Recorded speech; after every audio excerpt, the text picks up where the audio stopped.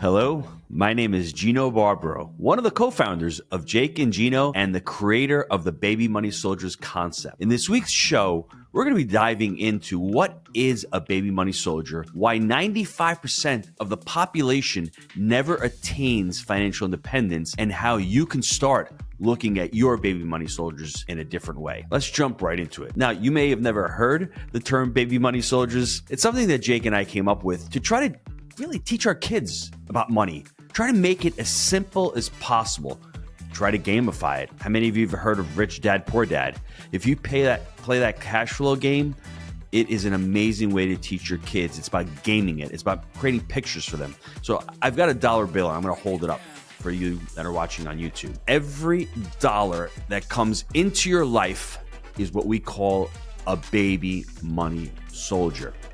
You have to guard it with your life, and you have to understand how to spend this dollar.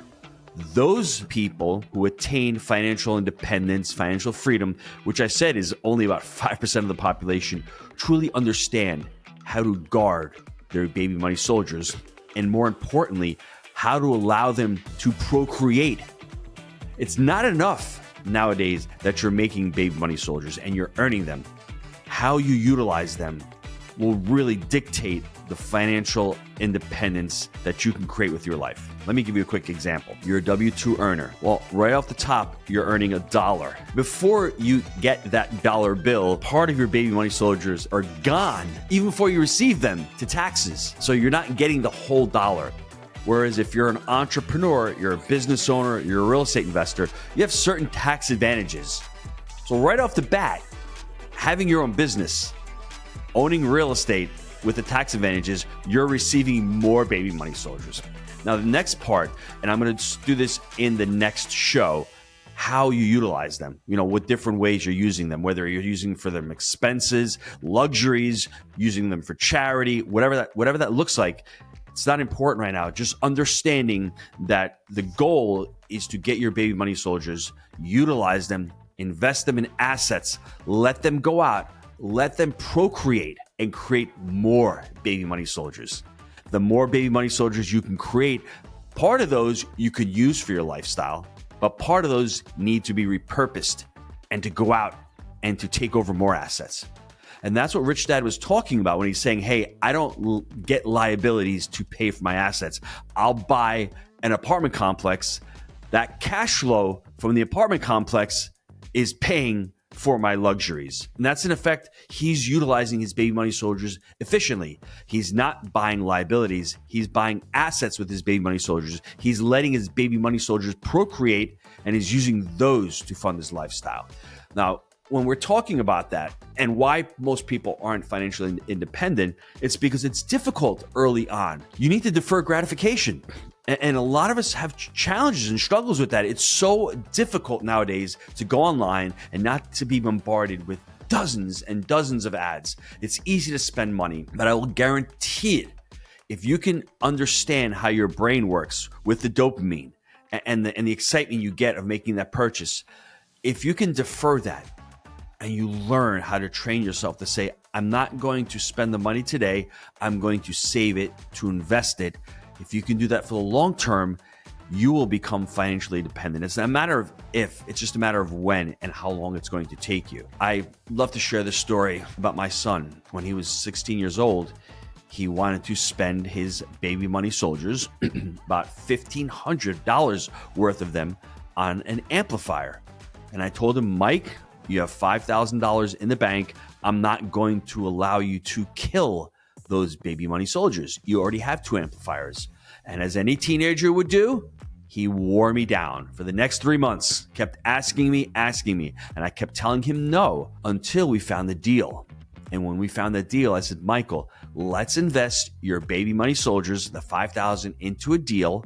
And when they start creating more baby money soldiers, maybe we can put some of that cash flow aside, and then you can do whatever you want. You want to buy an amplifier, whatever you want to buy.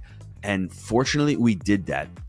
And what's great about the story is the fact that he 100x that investment. He's into 4 different deals now. We've refied that money out 3 times. He's getting cash flow every single month. He understood now it's okay to defer what I want tomorrow.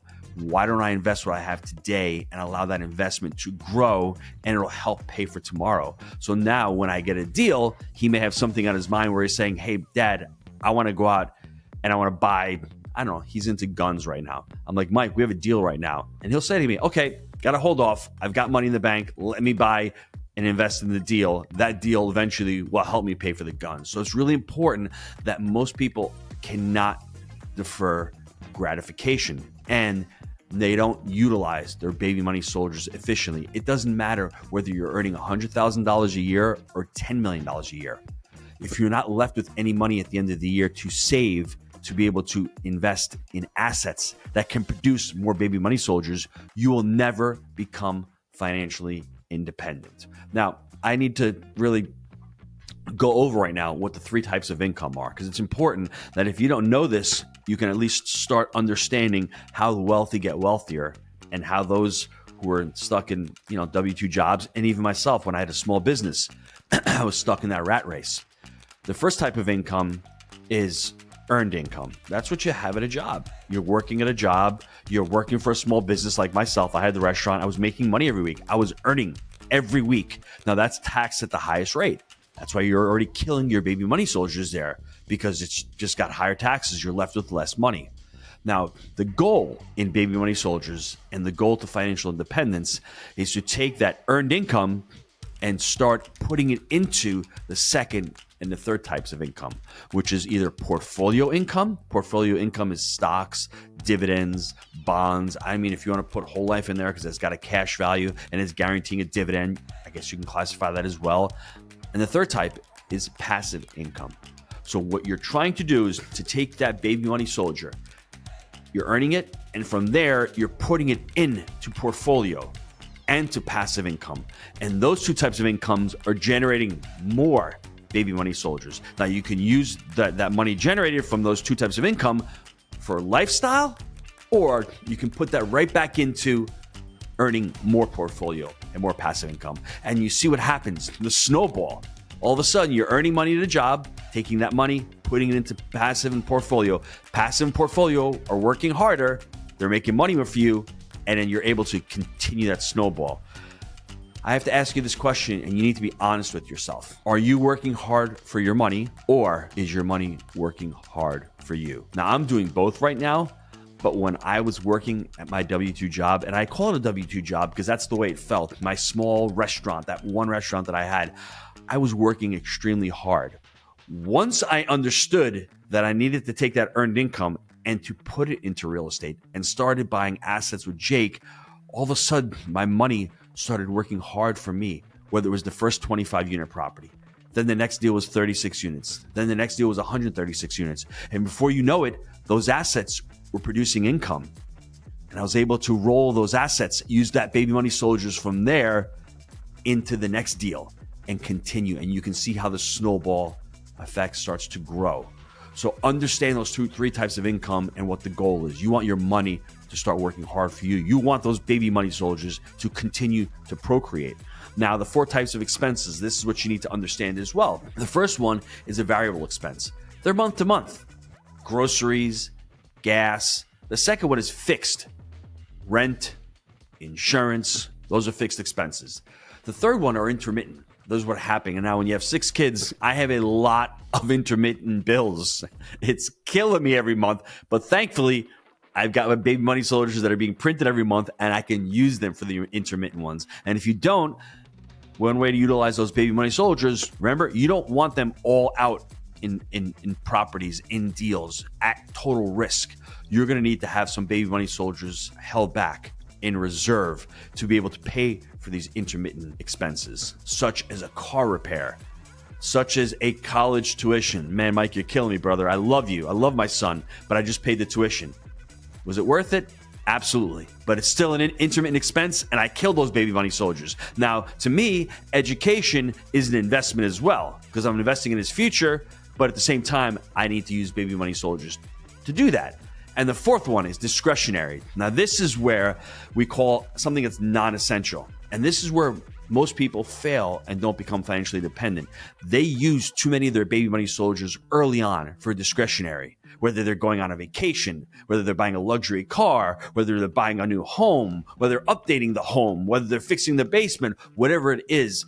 Once you do that early on, you are killing your baby money soldiers and they are not allowed to grow and to procreate. That's truly important to understand those four types of expenses and to understand how to allocate your money, to have some left over to be able to go out and fight for you and to procreate for you. Now, in the next show, we're going to be diving into how people typically use their baby money soldiers, what kind of expenses, what kind of luxury. You remember, charity is another way to use baby money soldiers. It's a great way to have impact, to utilize them. And what I want you all to understand is what's important about the baby money soldier concept is to get a control and to get a handle on how you're spending your baby money soldiers and how you're investing them. Once you see the big picture for yourself and you have that control, you have that focus, wherever you put that focus, it will tend to grow. And if you're focused on achieving financial independence through utilizing your baby money soldiers wisely, then you will become financially independent. I want to thank you for spending part of your day with me. And remember, people with financial intelligence can change the world for the better. Thanks for tuning in. If you enjoyed today's video, be sure to like and subscribe so you'll never miss another episode.